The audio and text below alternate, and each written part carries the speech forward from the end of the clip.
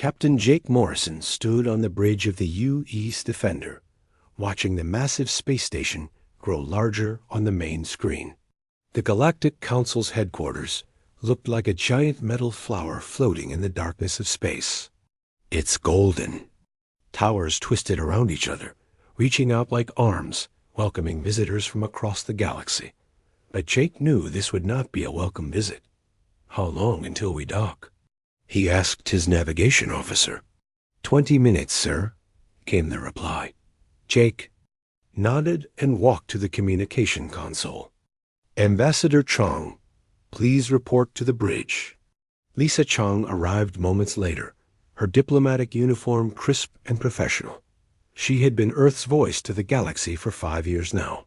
Jake had watched her fight for humanity's rights in countless meetings, always staying calm even when alien representatives treated humans like children. Any word from Earth? Jake asked quietly. Lisa's face was grim.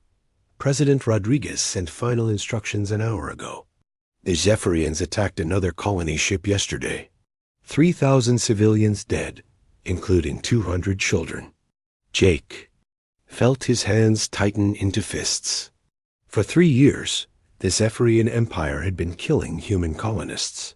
They claimed humans were too violent and dangerous to expand into new star systems. The irony was not lost on him. What does the Council plan to do about it? Jake asked, though he already knew the answer. The same thing they always do, Lisa replied. Nothing. BU's Defender docked with the station 20 minutes later. Jake watched through the security cameras as Lisa walked through the corridors toward the main council chamber. Dozens of alien species lived and worked on the station. They moved aside as she passed, some staring with curiosity, others with barely hidden disgust. The council chamber was enormous, with seats arranged in a circle around a central platform. Each seat was designed for a different alien species. The ethereal collective, tall and thin with glowing blue skin, sat in the highest seats. The rock-like granite people occupied massive stone chairs. The floating gas beings of the nebula tribes hovered in special containment fields. At the center of it all sat Chairman Veltar of the ethereal collective. His species had been traveling between stars for over 10,000 years. To him, humans were newcomers who had barely learned to leave their home planet. Ambassador Chong, Veltar said, his voice echoing through the chamber. We have reached our decision regarding the human-Zephyrian conflict. Lisa stood straight, her hands clasped behind her back. We await your judgment, Chairman. The Galactic Council has reviewed all evidence presented by both sides, Veltar continued. We find that humanity's aggressive expansion into contested territories has provoked legitimate defensive responses from the Zephyrian Empire. Lisa felt her heart sink, but kept her face neutral. Defensive responses, Chairman? The Zephyrians have destroyed 17 human colonies. They have killed over 2 million civilians. Regrettable casualties, said Admiral Krevox, the Zephyrian representative. His species looked like giant insects with 4 arms and compound eyes, but necessary to prevent human violence from spreading across the galaxy. Human violence? Lisa asked, her voice rising slightly. Chairman, I must remind the Council that humans have never attacked a Zephyrian civilian target. We have only defended our own people. Your species has a documented history of warfare, Veltar replied. Your own planet bears the scars of countless conflicts. We cannot allow such aggression to spread to peaceful star systems. Lisa wanted to scream. Yes, humans had fought wars on Earth, but so had most species before they reached the stars. The difference was that other species seemed to forget their violent past once they joined the galactic community. What are your terms? Lisa asked. Humanity will withdraw from all star systems claimed by the Zephyrian Empire, Veltar announced. All human military vessels will be restricted to your home system. Earth will accept protectorate status under Zephyrian oversight. The chamber fell silent. Lisa stared at the chairman, barely believing what she had heard. Protectorate status? She repeated. You want us to become slaves to the same species that has been murdering our people? Not slaves, Veltar corrected. Protected subjects. The Zephyrians will ensure that human aggression does not threaten galactic peace. And if we refuse, then humanity will face complete isolation from the galactic community. No trade, no technology exchange, no diplomatic relations. You will be alone in the universe. Lisa looked around the chamber at the assembled representatives. Not one of them met her eyes. Species that had traded with humanity for years now sat in silence, unwilling to speak against the Council's decision. I request time to consult with my government, Lisa said finally. You have 6 hours, Veltar replied. Then we require your answer. Lisa left the chamber and walked quickly back to the docking bay. Jake was waiting for her on the bridge, along with the ship's senior officers. How bad is it? Jake asked. Complete surrender or total isolation, Lisa replied. She activated the secure communication system and connected to Earth. President Rodriguez appeared on the main screen, his face tired and worn. Behind him, Lisa could see the lights of Washington, D.C. through his office window. I heard the Council's decision, Rodriguez said. Our intelligence networks picked up the transmission. What are your orders, Mr. President? Lisa asked. Rodriguez was quiet for a long moment. Then he spoke, his voice heavy with sadness and determination. The last evacuation ship from New Haven was attacked 3 hours ago, he said. The Zephyrians destroyed it while it was carrying wounded civilians to safety. Women, children, elderly people who couldn't fight back. Lisa felt tears foaming in her eyes. How many? 800 souls, Rodriguez replied, including Dr. Amy Taylor's research team. They were trying to save medical supplies for the survivors. Jake stepped forward. Mr. President, what are your orders? Rodriguez looked directly at the camera, his eyes hard as steel. The Council has had 3 years to stop this genocide. They have chosen to reward it instead. Ambassador Chung, you will return to the Council chamber in 6 hours. You will deliver our response. What response, sir? Lisa asked. Tell them that humanity rejects their ultimatum. Tell them that we gave them 3 years to stop this. We tried their way. It didn't work. Rodriguez paused, then continued. Tell them that if they want to see what human aggression really looks like, they're about to get their chance. The transmission ended, leaving the bridge in silence. Jake looked at Lisa. Are we really going to war against the entire galaxy? Lisa stared at the screen, showing the Galactic Council station. For years, she had believed that diplomacy could solve any problem. She had faith that reasonable beings could find peaceful solutions to their differences. But reasonable beings didn't murder refugee ships full of children. Jake, she said quietly, I think we're about to find out what happens when you push humans too far. Outside the ship's windows, the stars looked the same as always. But Lisa knew that everything was about to change. The galaxy had seen humanity's peaceful face for decades. They thought they knew what humans were capable of. They were about to learn they had been very, very wrong. General Sam Carter stood in the underground command center beneath the Rocky Mountains, watching dozens of screens that showed activity across the solar system. For 30 years, he had been preparing for this moment. The moment when humanity would stop pretending to be weak. Project Prometheus is ready for activation, reported Colonel Kate Wilson, his second in command. All stations report green across the board. Sam nodded, his weathered face showing no emotion. How long since the President's order? 2 hours, sir. The ambassador delivers our response to the Council in 4 hours. Sam looked at the largest screen, which showed a map of human space. To most people, it looked like a small collection of peaceful colonies scattered across nearby star systems. But Sam knew better.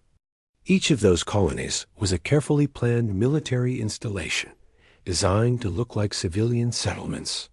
"Begin Phase 1, Sam ordered.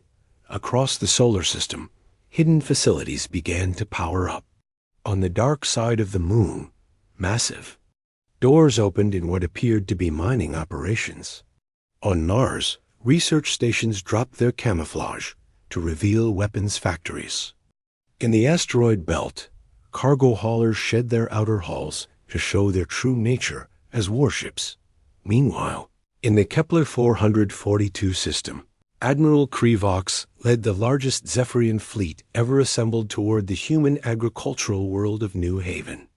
The planet housed 800,000 human colonists, most of them farmers and their families. Krivox felt confident as his ships approached. Humans had always fought defensively, following rules of war that limited their effectiveness. They seemed to care more about avoiding civilian casualties than winning battles. Such weakness disgusted him. "Admiral," reported his tactical officer, "we are detecting the usual human defensive pattern. Small ships, minimal weapons, standard formation." "Predictable." Krivox clicked in amusement. "Begin orbital bombardment. Target their population centers first." On New Haven's surface, Colonial Governor Ben Taylor watched the enemy fleet approach through his command center sensors. His daughter Amy had refused to evacuate with the other civilians, insisting her research was too important to abandon.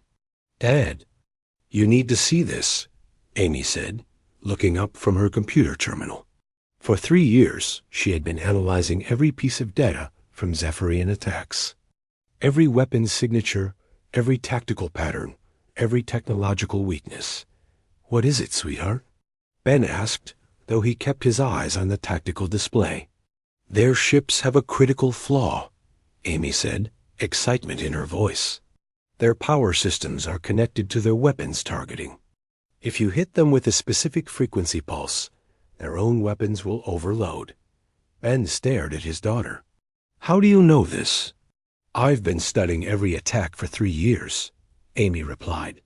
"I'm not just a colonial researcher, Dad. I'm a xenobiological warfare specialist. Earth sent me here to learn how to fight them." Before Ben could respond, the first Zephyrian energy blasts hit the planet's surface. But instead of the usual desperate defense, something different happened. The human ships didn't just return fire. They targeted specific points on the Zephyrian vessels with surgical precision. "What's happening?" Krivox demanded as his flagship's weapon systems began to spark and smoke. "Unknown, sir," his tactical officer replied. "The humans are using some kind of frequency weapon. It's causing cascading failures in our targeting systems." 3 Zephyrian cruisers exploded in brilliant flashes of light as their own weapons overloaded. The remaining ships found themselves unable to aim properly, their targeting computers confused by the human frequency pulses. "Retreat to safe distance," Krivox ordered. How did they know about our system vulnerabilities? He would never get an answer to that question. Back on the Galactic Council station, Ambassador Lisa Chong walked through the corridors toward the council chamber. She had spent the last 4 hours in communication with Earth, receiving instructions. That would have seemed impossible just days ago. The council chamber was packed with representatives from across the galaxy. Word of humanity's rejection of the ultimatum had spread quickly, and everyone wanted to see what the primitive humans would do next. Chairman Veltar called the session to order. "Ambassador Chong, have you brought humanity's response to our generous offer?" Lisa stepped forward, her diplomatic uniform replaced by a simple black suit. "I have, Chairman. And what is your decision?" Lisa looked around the chamber at the assembled aliens. Many of them had treated her with condescension over the years, viewing humans as barely civilized newcomers to galactic society. "Humanity rejects your ultimatum," she said clearly. "We will not withdraw from our colonies. We will not accept protectorate status. We will not submit to Zephyrian oversight. The chamber erupted in shocked murmurs. Chairman Veltar raised his hand for silence. "And you have chosen isolation," he said. "The Galactic Council will impose immediate sanctions on all human activities.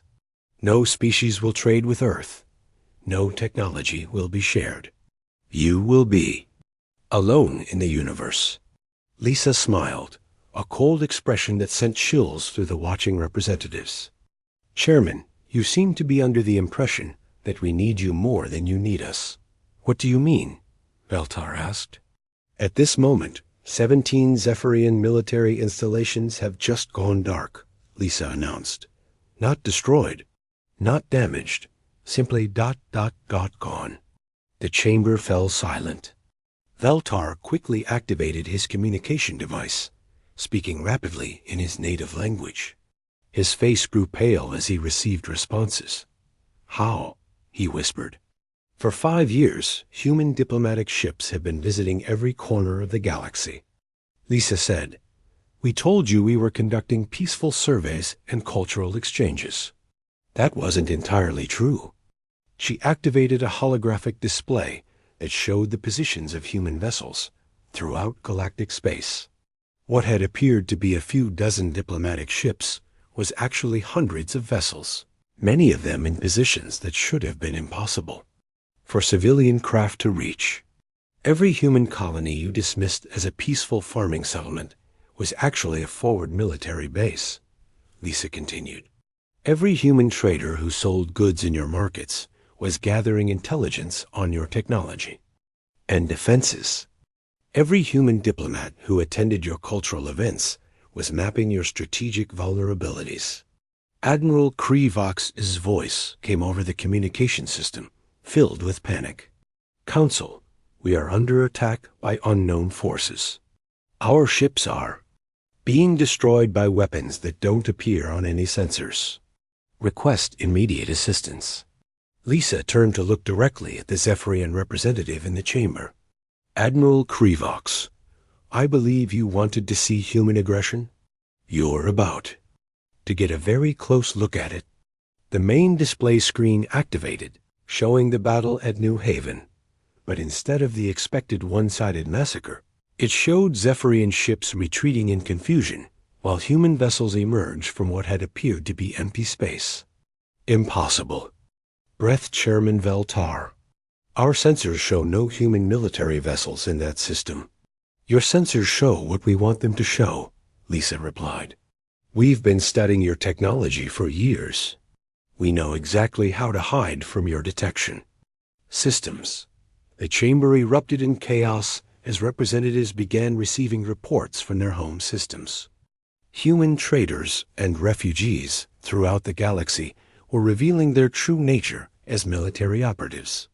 Infrastructure failures were cascading through multiple star systems as sleeper agents activated. "Stop this immediately," Veltar demanded.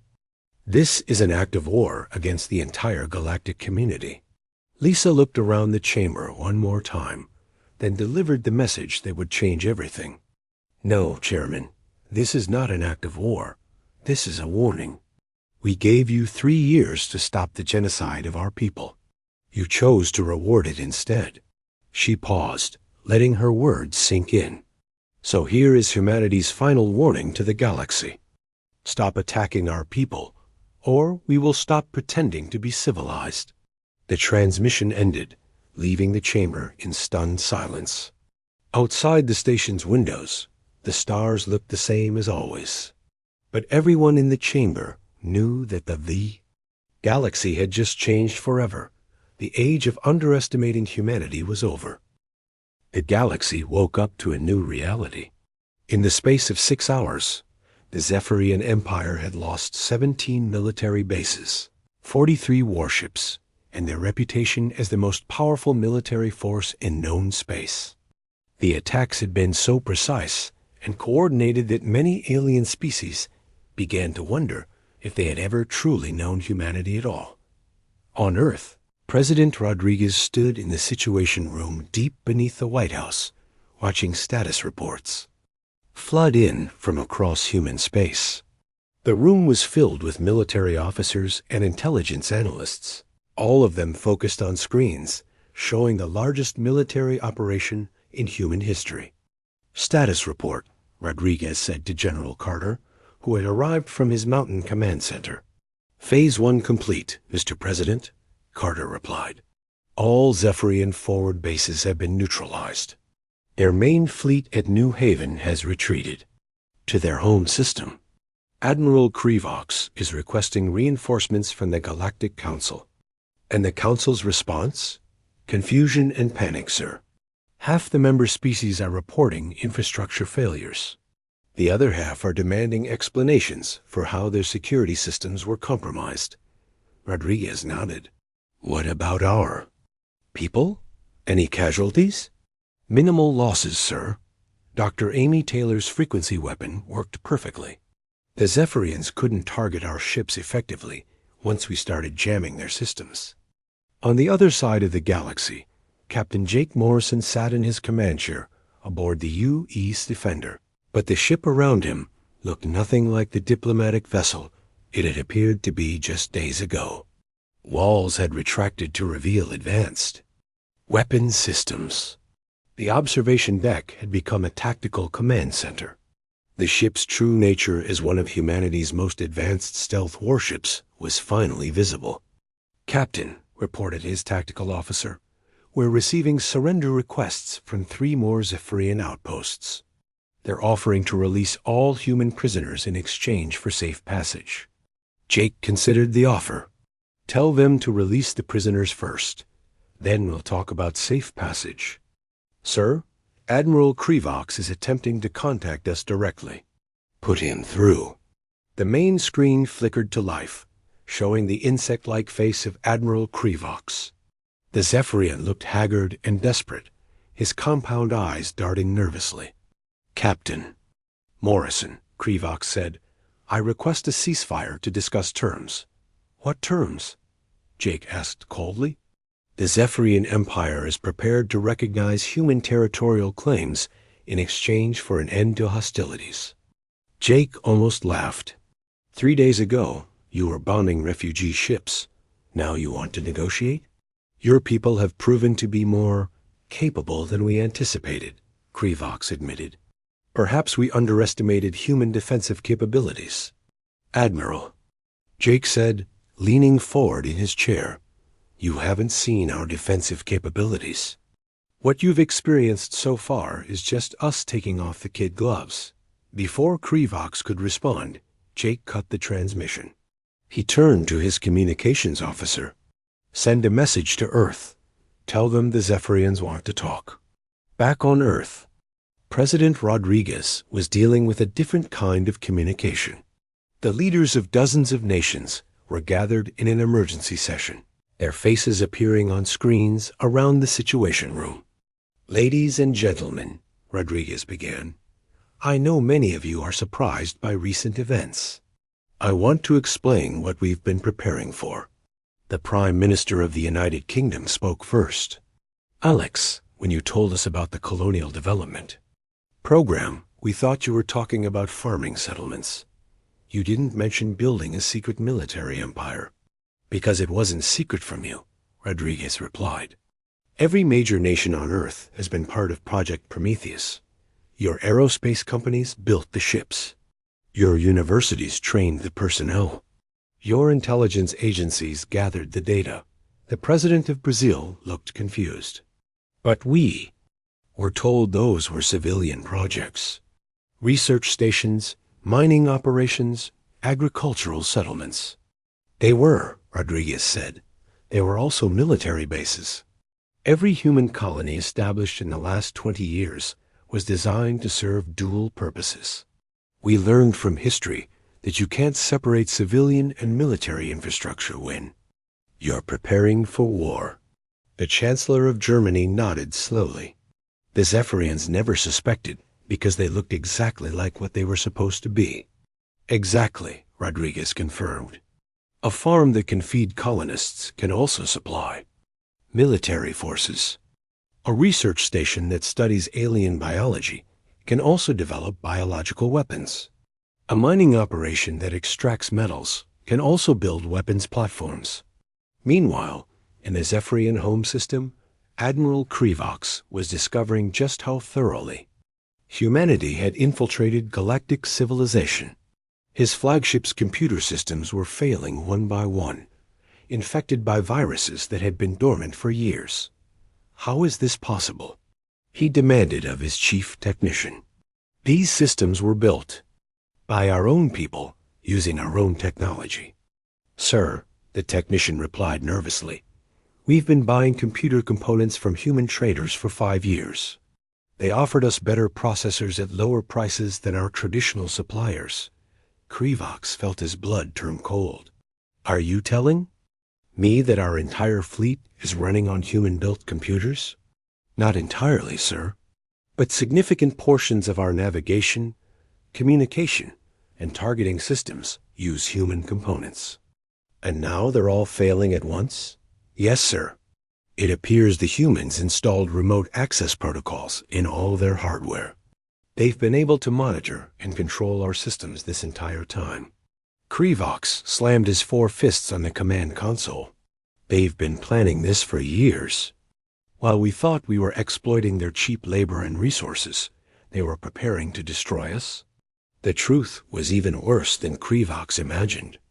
In the Galactic Council chambers, emergency sessions were being held as member species discovered the true extent of human infiltration. The Granite people found that their asteroid mining operations were being sabotaged by human workers who had been living among them for decades. The Ethereal Collective discovered that their most trusted human advisors were actually military intelligence officers. Ambassador Lisa Chong stood before the council once again, but this time she wasn't asking for anything. She was delivering humanity's terms. The Zephyrian Empire will immediately cease all hostile actions against human targets, she announced. They will withdraw from all systems with human populations. They will pay reparations for the civilian casualties they have caused. Chairman Veltar looked around the chamber at the other representatives. Many of them were receiving updates from their home systems about infrastructure failures and security breaches. And if the Zephyrians refuse? He asked. Then we continue our current operations until they no longer have the capability to refuse. Lisa replied simply. You're talking about genocide, accused the Zephyrian representative. No, Lisa corrected. We're talking about the systematic destruction of your military capability. Your civilians are safe as long as they stay away from military targets. That's more consideration than you showed our people. The chamber erupted in arguments and accusations. Some species demanded that humanity be punished for its deception. Others called for immediate negotiations to prevent further escalation. Through it all, Lisa stood calmly at the center of the chamber, waiting for the noise to die down. When it finally did, she spoke again. For decades, you have treated humanity as a junior partner in galactic civilization. You assumed that because we appeared to follow your rules, we were limited by your understanding of warfare. You forgot that we've been fighting each other for thousands of years before we ever met you. She activated a holographic display that showed human military positions throughout the galaxy. The assembled representatives gasped as they realized the true scope of human presence in space. Every human you've met in the last 10 years has been gathering intelligence on your species. Every trade deal we've signed has given us access to your technology. Every cultural exchange has mapped your strategic vulnerabilities. Lisa paused, letting the implications sink in. We didn't learn warfare from you. We perfected it despite you. Chairman Veltar leaned forward in his chair. What do you want from us? Recognition, Lisa said simply. Recognition that humanity is not a primitive species that needs your protection. Recognition that we are capable of defending ourselves. And most importantly, recognition that attacking human civilians will have consequences you are not prepared to face. The chamber fell silent as the assembled representatives contemplated the new reality. The species they had considered barely civilized newcomers had just demonstrated military capabilities that surpassed anything in the galaxy.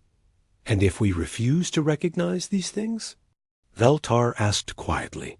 Lisa smiled, and for the first time in years, it wasn't a diplomatic smile.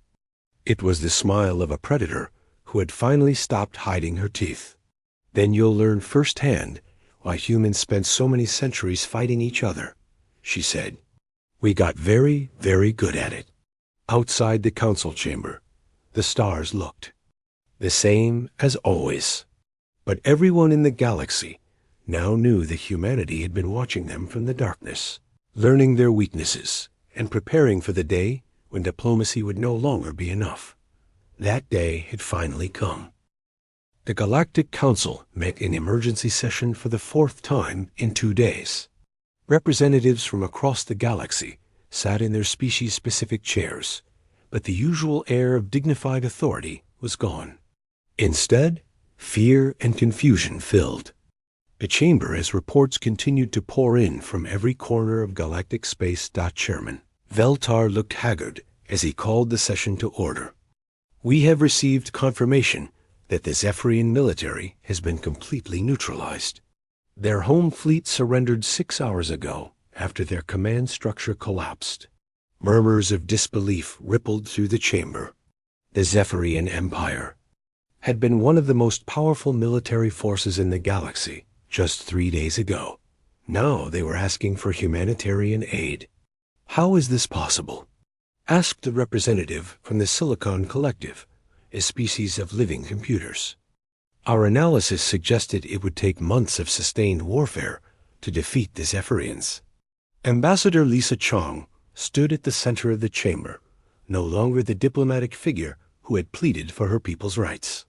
Her uniform was different. Now, military dress blues instead of civilian diplomatic attire. The change was subtle but unmistakable. The Zephyrians were defeated because they never understood what they were fighting, Lisa explained. They thought they were facing a primitive species with limited military capability. They were actually fighting a civilization that has been preparing for interstellar warfare since before we made first contact. She activated a holographic display that showed the timeline of human space exploration. Every human colony established in the last 20 years was a military installation disguised as a civilian settlement. Every trade mission included intelligence gathering. Every diplomatic contact was an opportunity to study potential enemies.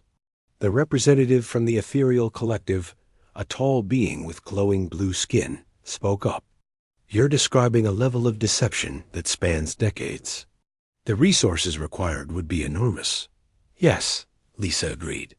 The entire industrial capacity of Earth has been dedicated to this project.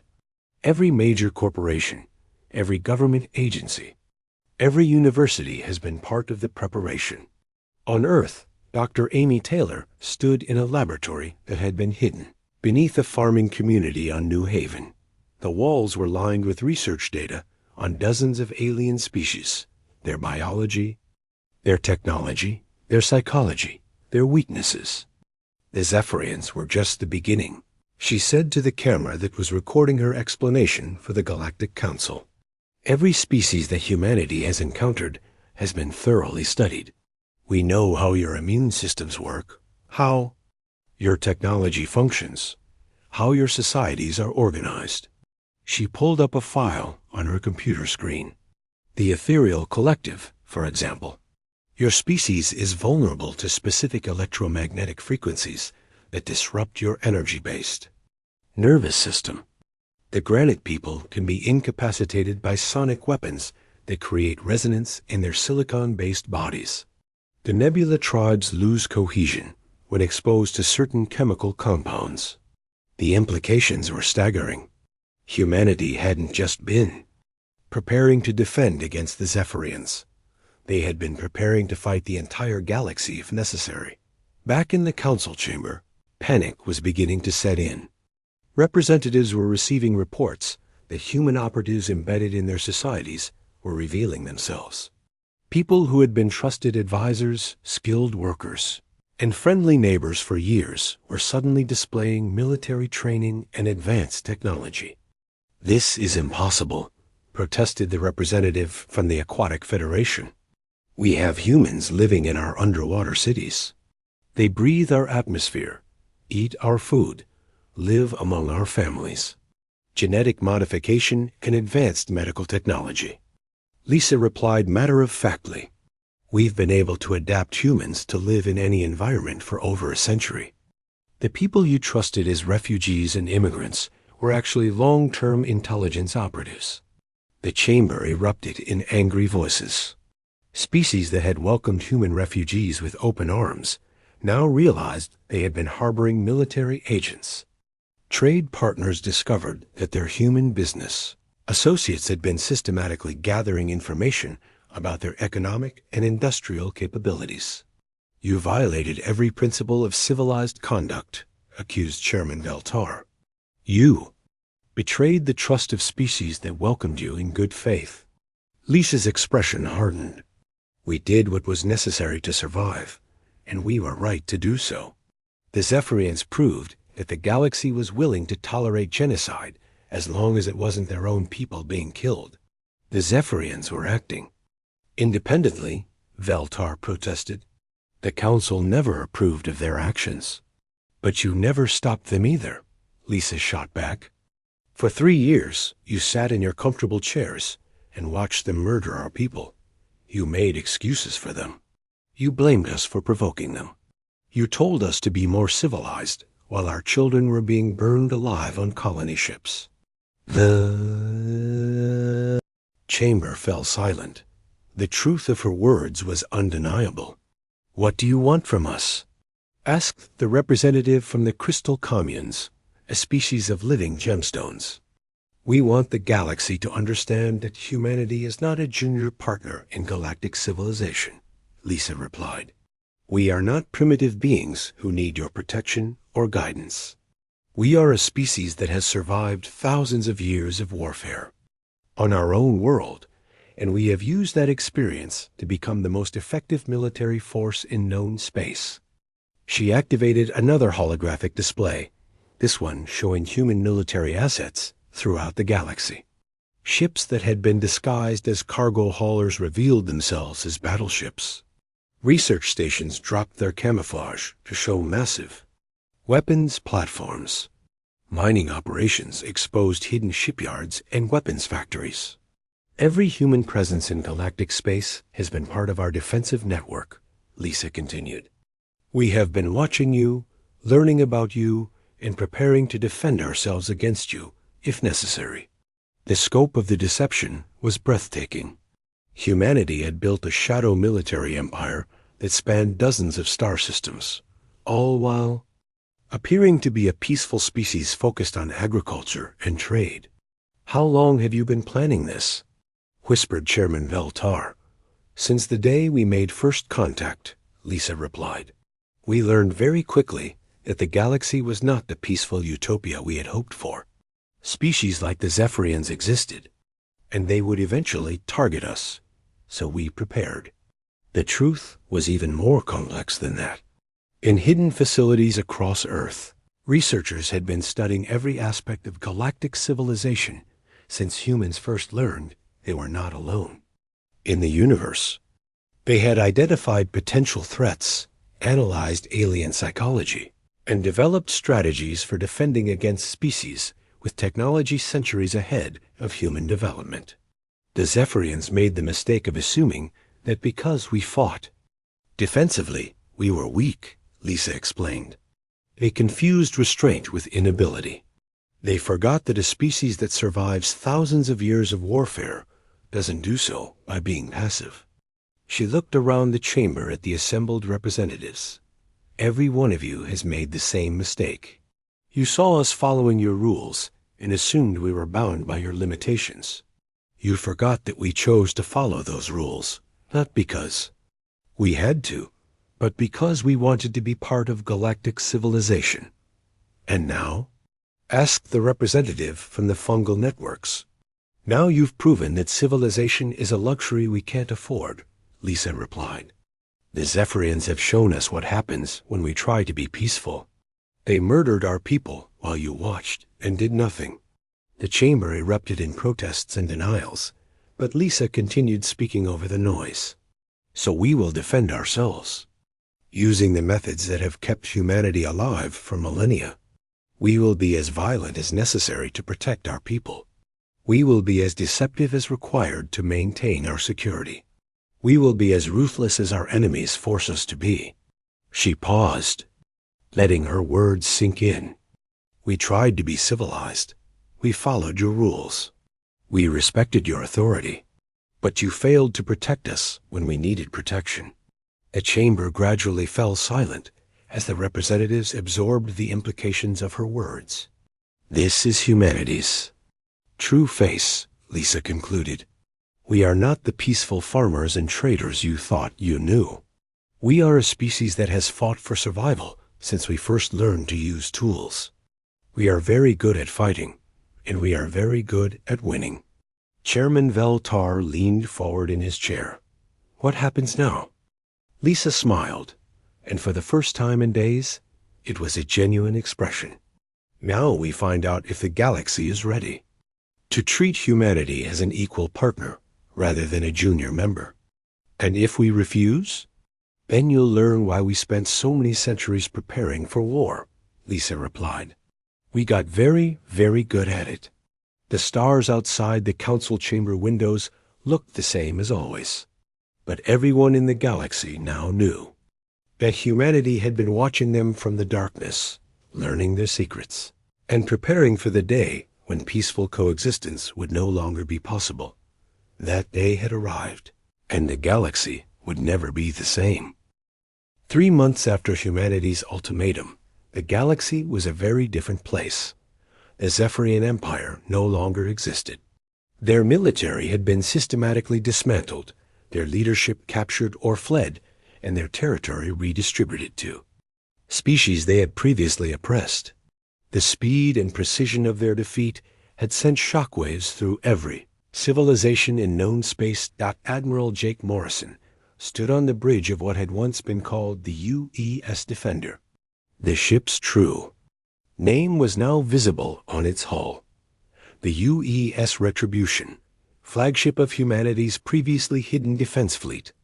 Through the main view screen, he watched the last Zephyrian holdouts surrender their weapons. Admiral, reported his tactical officer, the remaining Zephyrian forces on Kepler-7 have agreed to our terms. They're releasing all human prisoners and evacuating the system. Jake nodded. Make sure they have enough supplies to reach neutral space. We're not in the business of revenge, just justice. It had taken the galaxy weeks to understand the difference. Humanity could have exterminated the Zephyrians completely. Instead, they had surgically removed their ability to wage war while leaving their civilian population intact. It was a level of precision that terrified other species more than simple destruction would have. On Earth, President Rodriguez stood in the rebuilt United Nations building, addressing representatives from every human colony and settlement. The room was packed with people who had lived through 3 years of Zephyrian attacks, and their faces showed a mixture of relief and grim satisfaction.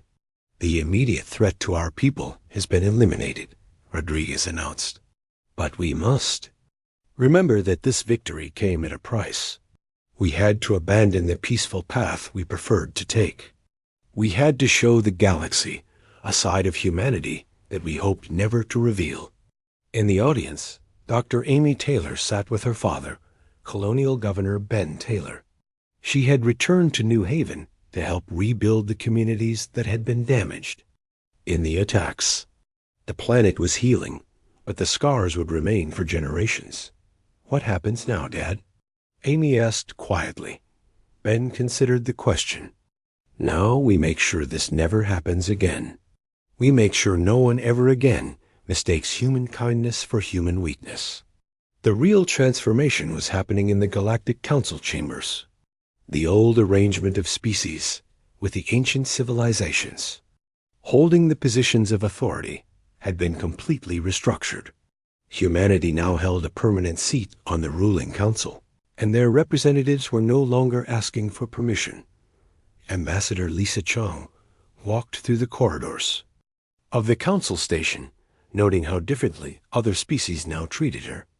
Where once there had been condescension or barely concealed contempt, now there was careful respect tinged with fear. Alien representatives stepped aside as she passed, their body language showing deference that would have been unthinkable just months ago. In the main council chamber, Chairman Veltar was addressing the assembled representatives. His species, the Ethereal Collective, had been among the most vocal critics of humanity's deception during the crisis. The Council recognizes the new galactic reality, Veltar announced. Humanity has demonstrated capabilities that were previously unknown to us. They will be granted full membership status and voting rights on all Council matters. It was a dramatic reversal from their previous ultimatum, demanding human submission to Cypherian oversight. But the galaxy had learned that humanity's response to threats was far more devastating than anyone had imagined. Lisa stood to address the chamber. Humanity appreciates the Council's recognition. However, we want to make our position clear. We did not reveal our capabilities to become the galaxy's new overlords. We revealed them to ensure that no species will ever again face genocide while the galactic community stands by and watches. She activated a holographic display showing the new distribution of military forces throughout galactic space. Human ships were now openly patrolling trade routes and protecting civilian populations of all species, not just humans. Our defense fleet will protect any species that faces extinction-level threats, Lisa continued. We will intervene in genocidal conflicts regardless of the politics involved. And we will not ask permission from this council to do so. The implications were staggering. Humanity had essentially appointed itself as the galaxy's police force, with the military power to back up that claim. Some species protested the arrangement, but none were willing to test humanity's resolve. On the colony world of New Haven, children played in rebuilt parks while their parents worked to restore the damaged cities. But now those parks were overlooked by defensive installations that no longer bothered to hide their military nature. The pretense of purely civilian settlements was over. Young Emma Watson, age 8, asked her teacher why there were so many soldiers around now. Her teacher, a former intelligence operative who had been posing as an educator for 5 years, knelt down to explain. Because, Emma, sometimes bad people try to hurt good people. And when that happens, we need strong people to protect the good ones. Are we the strong people? Emma asked. The teacher smiled sadly. Yes, sweetheart, we're the strong people. And that means we have to be very careful to use our strength to help others, not to hurt them. It was a lesson that humanity was still learning. The revelation of their true military capabilities had given them enormous power. But with that power came the responsibility to use it wisely. In hidden facilities throughout human space, researchers were already working on the next generation of defensive technologies. The galaxy had seen what humanity could do when they stopped pretending to be weak. But they had only seen a fraction of human ingenuity applied to warfare. General Sam Carter stood in his command center, watching status reports from across human space. The immediate crisis was over, but he knew that other threats would emerge. The galaxy was a dangerous place, and humanity would need to remain vigilant. Sir, reported Colonel Kate Wilson, we're receiving requests for military assistance from 17 different species. They're all facing threats from aggressive neighbors who think the Council is too weak to stop them. Sam nodded. Send response teams to evaluate each situation. If they're facing genuine extinction-level threats, we'll help them. But make it clear that our protection comes with conditions. What conditions, sir? No more genocide. No more slavery. No more wars of conquest. If they want humanity's protection, they follow humanity's rules. It was a new kind of galactic order, one where the threat of human intervention served as a deterrent to the worst impulses of aggressive species. The galaxy was becoming more peaceful, but it was a peace enforced by the barely concealed threat of overwhelming military force. Back on the council station, Ambassador Chong was meeting privately with Chairman Veltar. The ethereal leader looked older and more tired than he had just months ago. "I have to ask," Veltar said quietly, "how long were you planning this?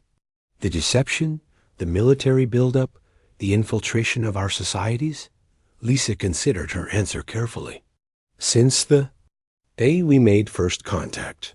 We knew that a species with our history would eventually face threats from more advanced civilizations. We prepared for the worst while hoping for the best. And the worst came to pass. Yes, the Zephyrians proved that the galaxy was not the peaceful utopia we had hoped to join. They showed us that strength was the only thing that mattered, regardless of what your laws and customs claimed." Veltar was quiet for a long moment. "What you've built is impressive. Terrifying, but impressive.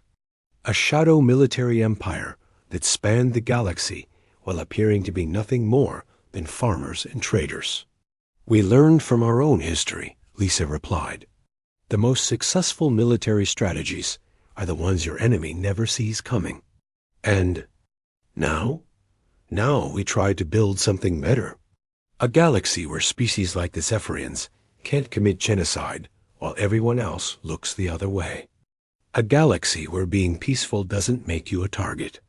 As their meeting ended, Lisa walked to the station's observation deck and looked out at the stars. Somewhere out there, human ships were patrolling trade routes, protecting civilian populations, and watching for new threats. The age of human invisibility was over, but the age of human responsibility had just begun. A young girl's voice echoed in her memory, asking why the aliens were being so nice to humans now. Lisa smiled as she remembered Governor Taylor's answer to his daughter. Because they finally understand that being civilized doesn't mean being weak. It means choosing to be better when you have the power to be worse. Humanity had the power to dominate the galaxy through force. Instead, they chose to protect it. It was a choice that defined not just humanity's future, but the future of every species in the galaxy. The stars looked the same as always, but everything else had changed. Humanity had stepped out of the shadows and taken their place as the galaxy's guardians. It was a responsibility they had never wanted, but one they would carry with the same determination that had kept them alive for millennia. The galaxy had finally learned what humans were truly capable of. Now it was time to learn what humans chose to do with that capability. The answer would define the next chapter of galactic civilization.